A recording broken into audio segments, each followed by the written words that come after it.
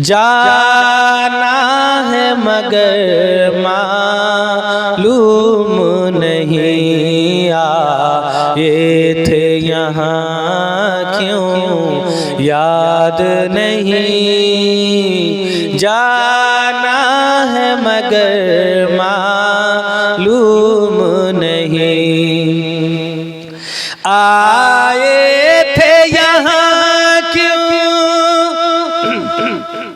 याद नहीं। जाना है मगर मालूम नहीं। जाना है मगर मालूम नहीं। सामान सफर सब ठीक करो कब होगा सफर मालूम नहीं। যেই বোনটা ইন্তেকাল করেছে এই বোনটা আমার ছোট, আমার অনেক ছোট। এই বোনটা বয়স অনুযায়ী যদি মানুষ মারা যায় তাহলে আমাদের আগে মরার কথা ছিল, সবাই থেকে গেল, ওই বোন চলে গেল। তো কি বুঝা গেল মরার কোনো টাইম নেই। ইযা জাআ আজালুহুম লা ইস্তাখিরুনা সাআতান ওয়া লা ইস্তাকদিমুন। যখন ওই নির্দিষ্ট সময় আসার থাকবে তো 1 মিনিট দেরিও করবে না, 1 মিনিট আগেও আসবে না। ঠিক টাইমে আপনার কাছে ওই নির্দিষ্ট সময়টা মরণটা চলে আসে। এর জন্য বয়স নির্দিষ্ট নয়। তবে আপনাদের কাছে অনুরোধ, কোন আলিম, মাওলানা, হাফিজ, কারি, মুফতি, মুহাদ্দিসরা যদি নামাজ পড়তে বলেন, ভালো কাজ করতে বলেন, তো এইটা কখনো বলিয়েন না যে আচ্ছা আর একটু বয়স হোক, দাড়ি টাড়ি পাকুক, তখন ধর্ম মসজিদ। আপনার আশা ভিতরেই থেকে যাবে, বুকের মধ্যেই থেকে যাবে, এই আশাই নিয়ে চলে যাবেন, আপনার আশা পূর্ণ হবে না। কবি কি বলছে, কর জওয়ানি মে ইবাদত काहिली अच्छी नहीं। कर जवानी में इबादत काहिली अच्छी नहीं। गर बुढ़ापा आ गया बात बन पड़ती नहीं। যখন আপনার হাঁটু কাজ করবে না, ভালোভাবে উঠতে পারবেন না, বসতে পারবেন না, তখন আপনি নামাজি হবেন। নামাজের আরকানগুলো, নামাজের নিয়মগুলো সঠিকভাবে আপনি আদায় করতে পারবেন। এখন আপনার হাত পা সবল আছে, ভালোভাবে উঠতে বসতে পারছো, এখন ইবাদত করুন। कर जवानी में इबादत काहिली अच्छी नहीं। गर बुढ़ापा आ गया बात बन पड़ती नहीं। हाथ आने को कुछ भी नहीं, बस मिलेगी तो 2 गज जमीन। हाथ आने को कुछ भी नहीं, बस मिलेगी तो 2 गज जमीन। जाने फिर क्यों परेशान है आदमी आदमी के लिए। हाय गाफिल वो क्या जगह है जहाँ मस्जिদের পাঁজরে ওই জায়গাটা যে আছে কবরস্থান। हाय गाफिल वो क्या जगह है जहाँ 5 जाते हैं 4 फिरते हैं, 1 नहीं फिरता। 5 जाते हैं 4 फिरते हैं। 4 জন খাটলি নিয়ে আর একজন খাটের উপরে শুয়ে, 5 জন কবরস্থানে যাচ্ছে, 4 জন মাটি টাটি দিয়ে ফিরে চলে আসছে, একজন কখনো আর আসে না। তাই কবি কি বলছেন, ধ্যান দিয়ে শুনুন। आए थे यहाँ क्यों याद नहीं। जाना है मगर मालूम नहीं। आए थे यहाँ क्यों याद नहीं। जाना है मगर मालूम नहीं। आए थे यहाँ क्यों याद नहीं। जाना है मगर मालूम नहीं। सामान सफर सब ठीक करो कब होगा सफर मालूम नहीं, सामान सफर सब ठीक करो, कब होगा सफर मालूम नहीं। हर तरह सजाया इस घर को, जिस घर में ठहरना है 2 दिन। हर तरह सजाया इस घर को, जिस घर में ठहरना है 2 दिन। जिस घर में ठहरना है 2 दिन, जिस घर में हमेशा रहना है, जिस घर में हमेशा रहना है। कैसा है वो घर मालूम नहीं, जिस घर में हमेशा रहना है। कैसा है वो घर मालूम नहीं। दुनिया की फरेबी मस्ती में मन रब का को भूल गया। কবরে 3টে প্রশ্ন হবে, মান রব্বুকা, মা দীনুকা, মা তাকুলু ফি হাক্কি হাযার রাজুল। তোমার রব কে, তোমার ধর্ম কি। এই ব্যক্তির ব্যাপারে মানে হুজুর সাল্লাল্লাহু আলাইহি ওয়াসাল্লামকে দেখিয়ে ফেরেশতা জিজ্ঞেস করবেন এই ব্যক্তির ব্যাপারে তোমার ধারণা। যদি আপনি মুমিন বান্দা হন, রব্বুনা আল্লাহ বলেন, তার উপরে মুস্তাকিম থাকেন, স্থির থাকেন, অটল থাকেন, তো ওই মুমিন বান্দারা বলবে রব্বি আল্লাহ, দীনি আল ইসলাম, হাযা নবিয়ুনা মুহাম্মাদুন সাল্লাল্লাহু আলাইহি ওয়াসাল্লাম। আমার রব হচ্ছেন আল্লাহ, ধর্ম হচ্ছে ইসলাম, এবং এই ব্যক্তি হচ্ছেন আমাদের নবী হুজুর সরওয়ারে কায়নাত সাল্লাল্লাহু আলাইহি ওয়াসাল্লাম। কিন্তু আমরা এই কবরের সাজাগুলো, কবরের প্রশ্নগুলোকে বলে ভুলে রেখেছি এই দুনিয়ার ধোকাদার আনন্দে মেতে আছে। হযরতে আলী রাদিয়াল্লাহু তাআলা আনহু বলেন যে এই দুনিয়া কেমন জিনিস বলবো, এর বাস্তব কি? যেই জিনিসগুলো নিয়ে তোমরা খুব অহংকার দেখাচ্ছ, গর্ব করছো, আমার বিশাল বড় অট্টালিকা আছে, বিল্ডিং আছে, রাজপ্রাসাদ আমি তৈরি করেছি। কি দিয়ে তৈরি করে রাজপ্রাসাদ? সিমেন্ট, বালি, গিট্টি, ইট নাকি পাথর? আর এগুলো কিসে থেকে তৈরি? মাটি থেকে। আল্লাহ তাবারক ওয়া তাআলা এই পৃথিবীকে 4টি জিনিস দ্বারা তৈরি করেছেন। আনাসির আরবা বলে 4টি জিনিস হচ্ছে মাটি, হাওয়া, আগুন, জল। মাটি, হাওয়া, আগুন, জল।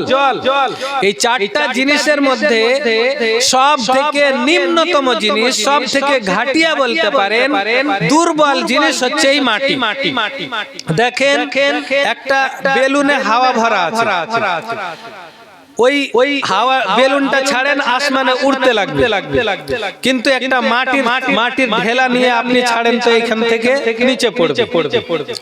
আগুন দাউ দাউ করে জ্বলছে, ওই আগুনে একটা ঢেলা নিক্ষেপ করেন, ঢেল নিক্ষেপ করেন, সেই ঢেলটা আগুনকে ফেড়ে মাটিতে নিচে যাবে।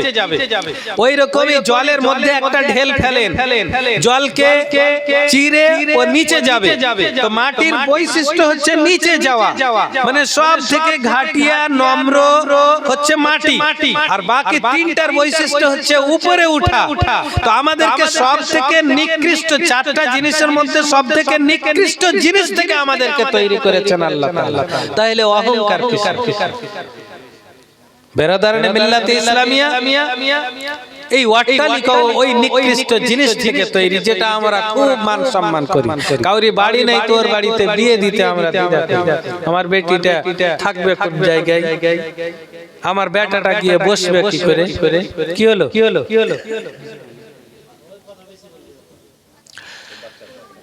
আল্লাহ তাবার হযরতে আলী রাদিয়াল্লাহু তাআলা আন বলেন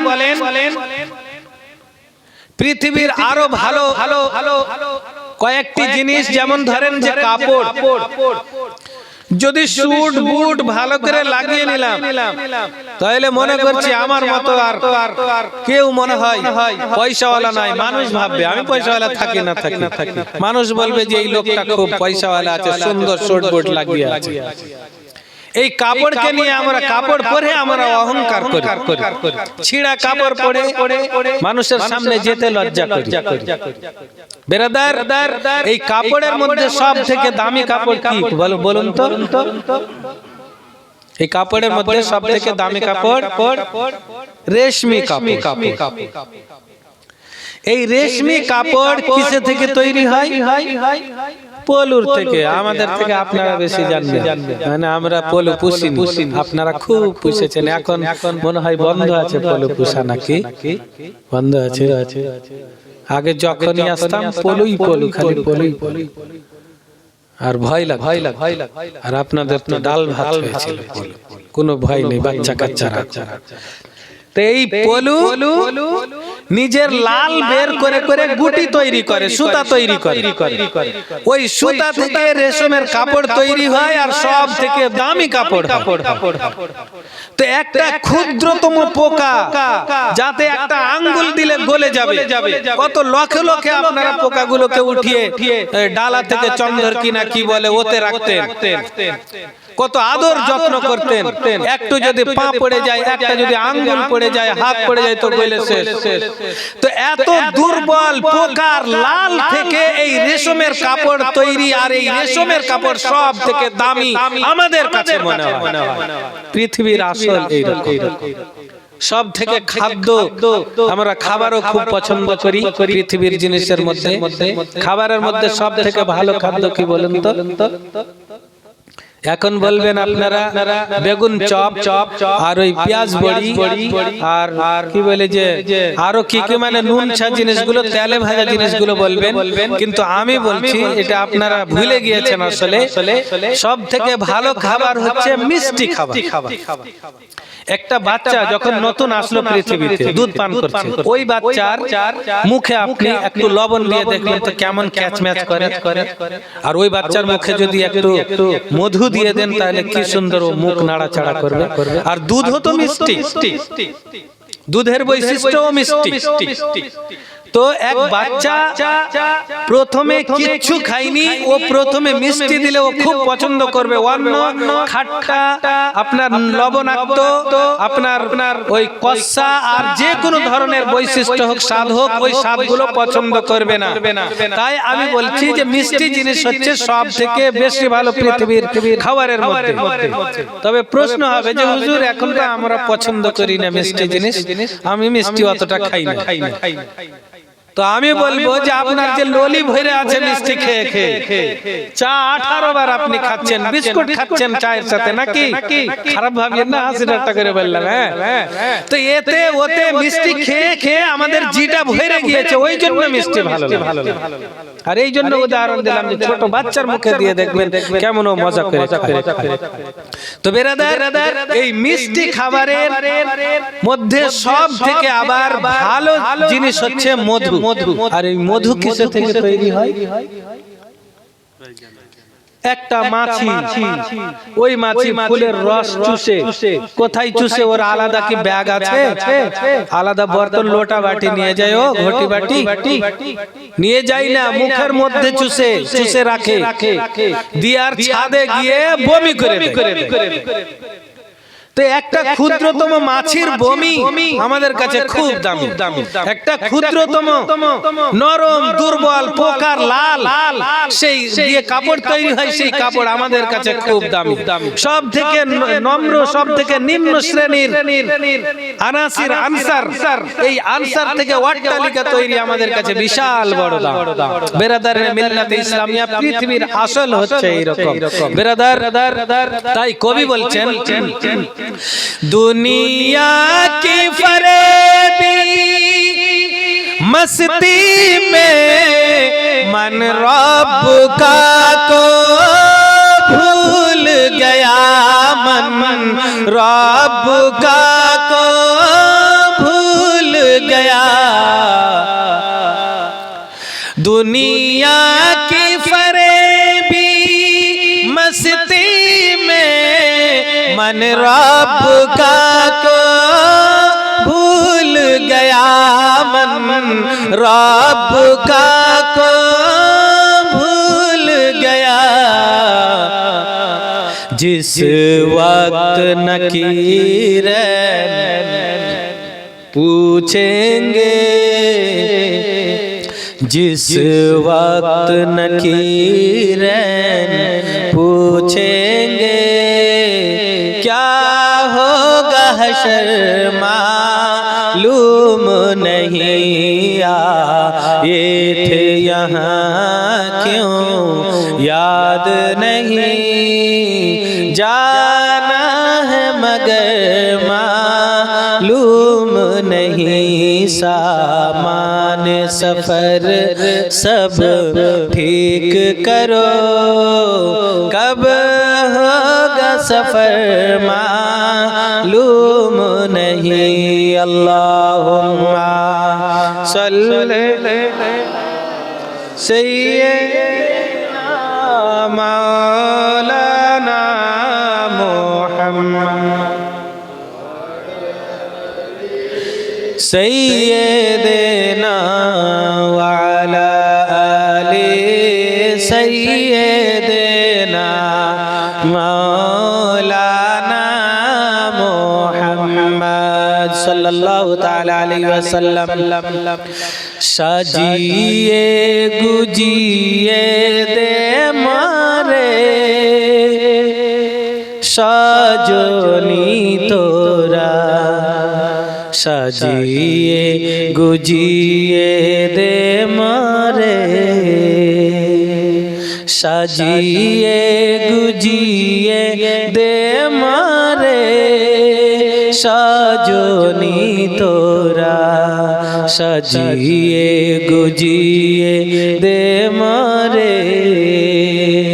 भोर पातार गरम जाले শুয়াইয়া মা শারীর তলে, ভোর পাতারে গরম জলে,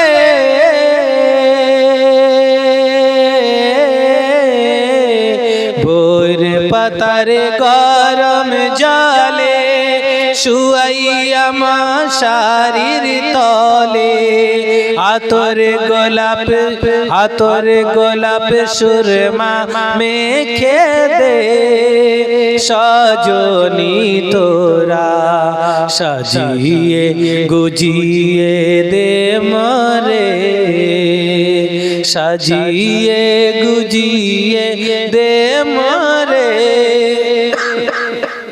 সজনী তোরা, সাজিয়ে গুজিয়ে দে মরে।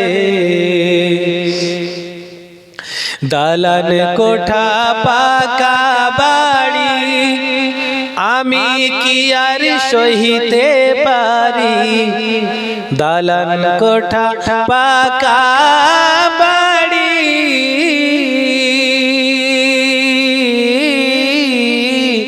দালান কোঠা পাকা বাড়ি আমি কি আর সইতে পারি, দালান কোঠা পাকা বাড়ি আমি কি আর সইতে পারি। মাটির ঘরে আমায় রেখে দে সজনী তোরা সাজিয়ে গুজিয়ে দে মরে সাজিয়ে গুজিয়ে দে মরে সজনী তোরা সাজিয়ে গুজিয়ে দে মরে কত রঙের কত কাপড় কিছু ভালো লাগে না মোর কত রঙিন কত কাপড়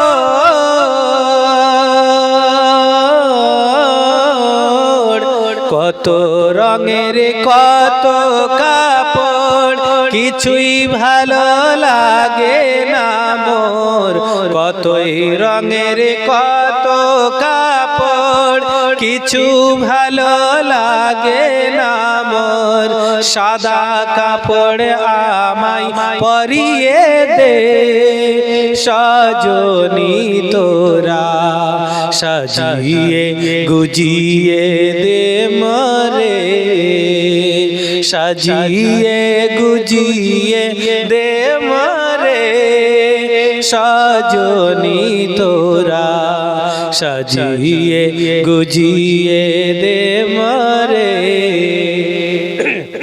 বেরাদারানে মিল্লাত ইসলামিয়া যে ব্যক্তি আল্লাহ তাবারক ওয়া তাআলাকে রব মানবে এবং ওই কথার উপরে স্থির থাকবে আল্লাহর আদেশ নির্দেশ পালন করবে সেই ব্যক্তিদের কাছে আল্লাহ তাবারক ওয়া তাআলা ফেরেশতা পাঠাবেন আর এই ফেরেশতা মণ্ডলী এসে বলবেন লা তাখাফু ওয়া লা তাহজানু তোমরা মরণকে বলে হ্যাঁ এর তাফসীর করা হয়েছে ফেরেশতা কয়বার মানুষের কাছে আসবে বলেছেন অনেক কেউ ওনাদের মধ্যে হযরতে ইবনে আব্বাস রাদিয়াল্লাহু তাআলা আনহুমা বলেছেন তিন জায়গায় ফেরেশতা আসবে তিন টাইমে ফেরেশতা আপনার কাছে আসবে যখন আপনার ইন্তেকাল হবে তখন একবার ফেরেশতা আসবেন সুখবর দিতে আর একবার আসবেন যখন আপনি কবরে থাকবেন কবরে আযাব হবে সেই সময় ফেরেশতা মণ্ডলী ঘিরে দাঁড়াবেন আযাব আসতে দিবে না কোনো আপদ বিপদ আসতে দিবেন না আর তিন নম্বরে হাসরের ময়দানে ওই ফেরেশতা আপনার নিকটে দাঁড়িয়ে থাকবেন আল্লাহ তাআলা প্রশ্ন করবেন সেই ফেরেশতারা উত্তর দিবেন যে এই ব্যক্তি আপনাকে রব মেনেছে তোমাকে রব মেনেছে এবং তোমার কথা অনুযায়ী চলেছে আল্লাহ তাবারক ওয়া তাআলা অর্ডার দিয়ে দিবেন এই ব্যক্তিকে জান্নাতে নিয়ে চলে যাও বলুন সুবহানাল্লাহ তো ফেরেশতা এসে প্রথমে এটাই কথা বলবেন যে যখন তোমরা পৃথিবীতে জীবন কাটাচ্ছিলে মানে মরণের সময় যখন তোমরা পৃথিবীর জীবন কাটাচ্ছিলে তখনও গাইড হিসাবে সাহায্যকারী হিসাবে তোমার বন্ধু হিসাবে আমরা তোমার সাথে ছিলাম তোমার ক্ষতিবিধি হতে দিনি এখন যে মরণের সময় তুমি কষ্ট পাবে এই কষ্ট থেকে বাঁচানোর জন্য আবার আমরা উপস্থিত হয়েছি তোমার কিঞ্চিত কষ্ট হবে না বিনা কষ্টে তার দম বের হবে তারপরে যে কবরে যাবে কবরে বিচ্ছু থাকবে না সাপ থাকবে অনেক ধরনের আপদ বিপদ থাকবে আল্লাহ তাবারক ওয়া তাআলার আলাদা আলাদা সাজা সেখানে নির্দিষ্টভাবে থাকবে সেই সাজাগুলো যখন ফেরেশতা মণ্ডলী দিতে আসবেন অন্য ফেরেশতা মণ্ডলী তখন এই ফেরেশতারা যিনারা আপনার পৃথিবীতে হেফাজতে ছিলেন আপনার সিকিউরিটি প্রদান করছিলেন সেই ফেরেশতা মণ্ডলী গিয়ে দাঁড়িয়ে যাবেন না এই ব্যক্তিকে সাজা দিতে পারো না এ আল্লাহকে রব মেনেছে আল্লাহর অর্ডার অনুযায়ী চলেছে ব্রাদার এবং সেখান থেকে আবার হাসরের মাঠ পর্যন্ত ওই ফেরেশতা বলবেন যতক্ষণ পর্যন্ত তোমাকে জান্নাতে প্রবেশ না করিয়ে দিব আর সাথ ছাড়বো না বলুন সুবহানাল্লাহ তাইলে একটা মুমিন বান্দাকে সিকিউরিটি ফোর্সের কোনো প্রয়োজন নেই মুসলিম যদি নেতা হন আপনারা আল্লাহকে রব মানে আল্লাহর কথা অনুযায়ী চলেন, আপনাকে লাল বাতির গাড়ির কোনো প্রয়োজন পড়বে না। হ্যাঁ, সাইড টাইড রাস্তা ক্লিয়ার করার জন্য নিতে পারেন, কিন্তু এই গুলি মেরে দিবে, গুলি রক্ষার গাড়ি যে থাকে ওতে গুলি লাগবে না, কেউ বম ফেলে দিতে পারে বা দাঁড়িয়ে গেলে হয়তো কেউ ক্ষতি করে দিতে পারে, অ্যাটাক করে দিতে পারে, এই হিসাবে নো টেনশন হয়ে যায়। হযরতে উমর ফারুক রাদিয়াল্লাহু তাআলা আনহুর যুগ চলছিল। ক্ষমা করবেন, এই ঘটনাটা শুনে শেষ করে দিচ্ছি, বিরক্ত হবেন না।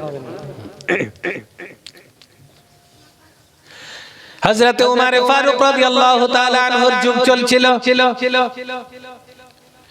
প্রায় 3 ভাগ করে, এক অংশে পৃথিবীকে 3 ভাগ করে এক অংশে হযরতে উমর ফারুক রাদিয়াল্লাহু তাআলা আনহুর শাসন ছিল।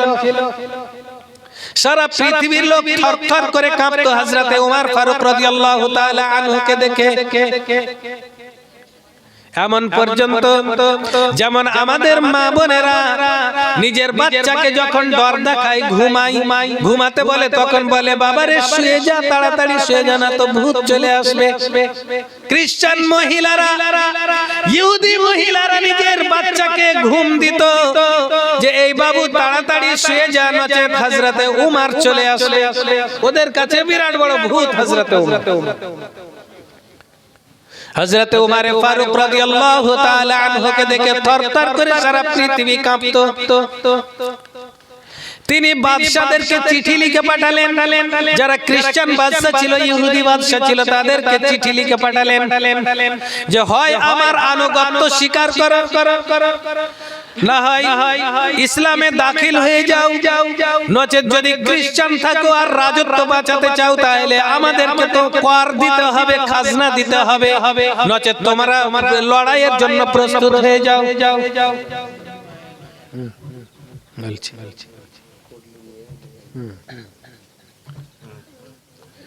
যদি রাজত্ব বাঁচাতে চাও তাহলে আমাদেরকে খাজনা দিবে, আর নচেত আমরা লড়াই করব, তোমাদের রাজ্য দেশকে দখল করব, তোমরা লড়াইয়ের জন্য প্রস্তুত হয়ে যাও।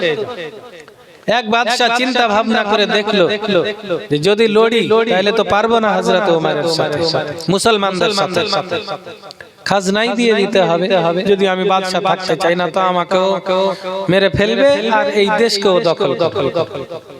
সে তখন একটি পিয়নকে ডাকলো এবং এই চুক্তিনামা লিখে ওই পিয়নের হাতে চিঠিটা দিয়ে পাঠিয়ে দিল, যাও হযরতে উমরের কাছে চলে যাও, এই চিঠিটা ধরিয়ে দাও। সেই পিয়ন মনে মনে খুব আনন্দিত, আমি এমন এক বাদশার কাছে যাচ্ছি যেই বাদশার মতো আর বাদশা সারা পৃথিবীতে নেই। তার চেহারা বেহারা কেমন হবে, ডিলডল কেমন হবে, গঠন সঠন কেমন হবে, তার বাড়ি কেমন হবে। ছোটখাটো বাদশার তো বিরাট বড় বড় রাজপ্রাসাদ, ও তো সব থেকে বড় বাদশা, ওর বাড়ি ঘর আরো কতবা উঁচু হবে, বিশাল বড় বিল্ডিং হবে, রাজপ্রাসাদ হবে। এই আনন্দে যে সেই লোকটিকেও দেখবো যাকে সারা পৃথিবীর লোক দেখে ভয় করে, এবং তার অট্টালিকা বাড়িও দেখে নিব, তার রাজপ্রাসাদও দেখে নেব। এই অপেক্ষা, এই আশা নিয়ে আনন্দের সহিত চিঠি নিয়ে চলে আসছে দ্রুত বেগিতে। এবার মনে মনে ভাবছে যেই শহরে থাকে সেই বাদশা, সেই বাদশার বাড়ি আর চিনার প্রয়োজন নেই, কারণ সব চাইতে ভালো বাড়ি হবে ওই বাদশার। তো এসে কাউকে জিজ্ঞেস করছে না, মদিনাতে এসে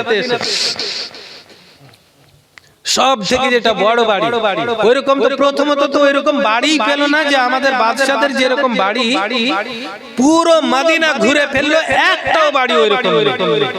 ব্যাপার স্যাপার কি, এত বড় বাদশা আবার এখানে ওইরকম একটাও বাড়ি নেই, তো বাড়ি টাড়ি তৈরি করেনি মনে হয় ভালো করে।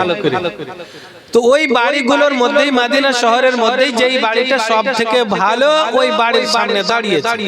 হয়তো এটাই হবে, যেহেতু এটাই সব থেকে ভালো বাড়ি। দরজা খটখটিয়েছে, ভিতর থেকে আওয়াজ এসেছে, কে? পিয়ন বলছে, আমি অমুক বাদশার পিয়ন। খলিফাতুল মুসলিমিন হযরতে উমর ফারুক রাদিয়াল্লাহু তাআলা আনহু ভিতরে আছেন কিনা? ভিতর থেকে আওয়াজ আসলো, এটা খলিফাতুল মুসলিমিনের বাড়ি নয়, আমিরুল মুমিনিনের বাড়ি নয়, আমিরুল মুমিনিনের বাড়ি অন্যদিকে। এবার চিন্তায় পড়ে গেল, সব থেকে যেটা বড় বাড়ি সেই বাড়িটা আমিরুল মুমিনিনের নয়, তবে কোনটা বাড়ি আমিরুল মুমিনিনের?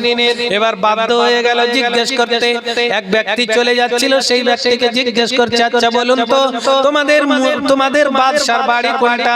সেই ব্যক্তি বলছে, ওই যে একটা সামনে ভাঙা বাড়ি দেখতে পাচ্ছ, ওই বাড়িটাই হচ্ছে খলিফাতুল মুসলিমিনের বাড়ি। ওই পিয়ন তো রাইগে ভূত, আমাকে মূর্খ পেয়েছো, আমি এক বাদশার পিয়ন, আমি ভালো খবর নিয়ে এসেছি, বাদশার সাথে আলোচনা করতে এসেছি, তুমি ওই ভাঙা বাড়িটা দেখাচ্ছ।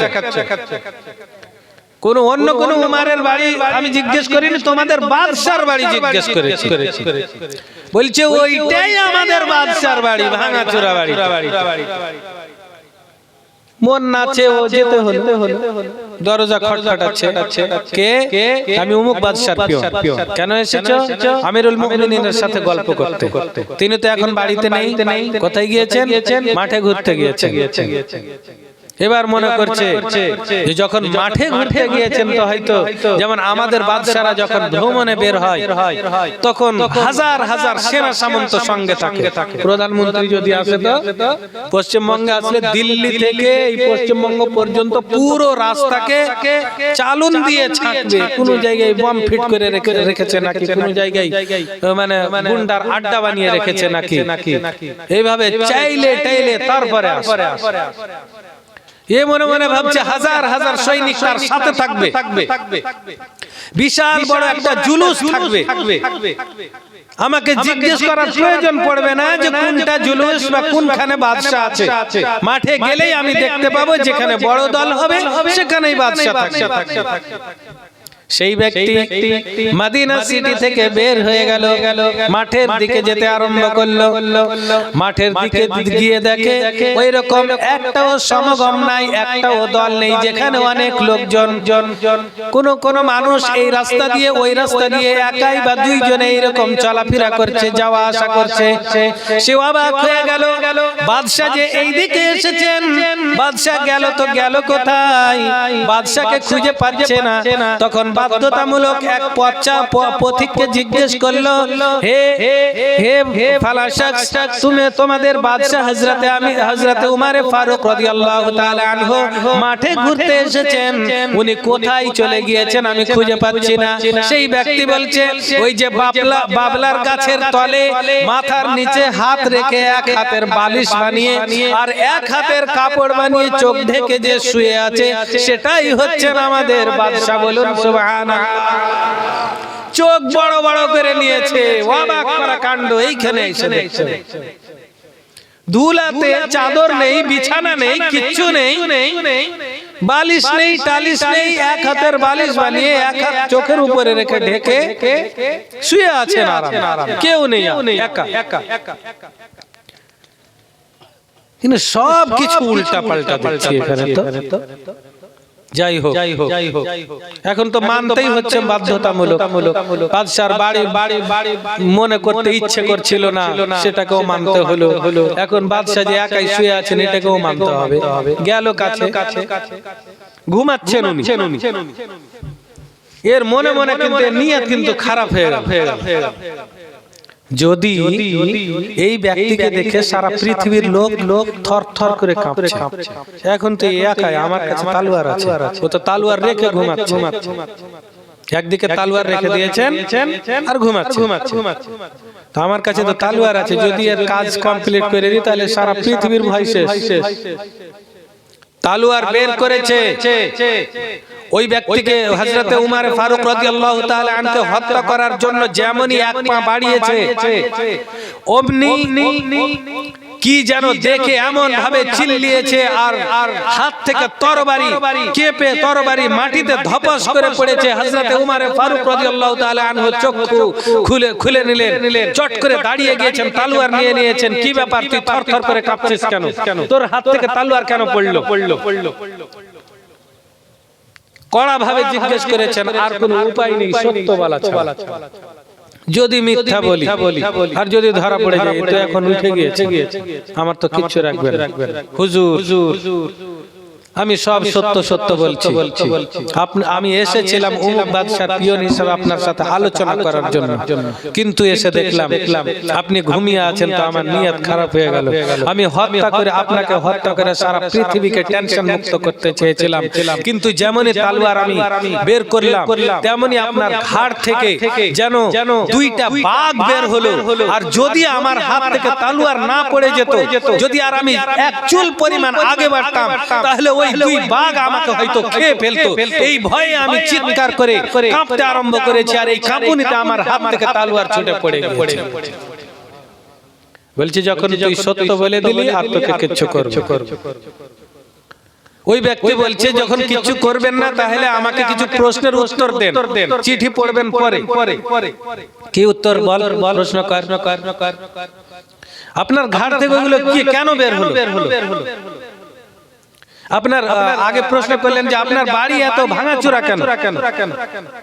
হযরতে উমর ফারুক রাদিয়াল্লাহু তাআলা আনহু বললেন, তোমাদের বাদশারা মনে করে যে আমরা বাদশা, আর জনসাধারণকে সাধারণ মানুষ মনে করে, ওরা ওদের চাকর মনে করে।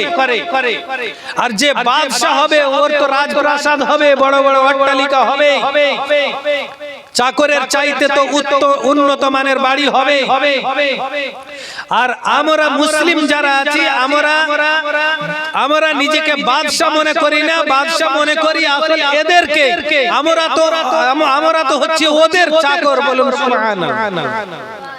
প্রজার চাকর হচ্ছে, দেখাশোনাকারী, প্রজার রাখাল হচ্ছে আমরা। ওরা হচ্ছে আসল সম্পদ, ওরাই হচ্ছে আমাদের মাথার তাজ। ওদের যদি হেফাজত করতে পারি, আল্লাহ তাবারক ওয়া তাআলার কাছে সঠিক উত্তর দিতে পারবো। আর যদি আমার বাদশা থাকাতে ওদের হেফাজত না করতে পারি, আল্লাহ তাআলাকে মুখ দেখাতে পারবো। বলছে, যার জন্যই আপনারা দেশের পর দেশ জয় করে যাচ্ছেন, আপনারাই হচ্ছেন আসল সৈনিক আল্লাহ তাবারক ওয়া তাআলা।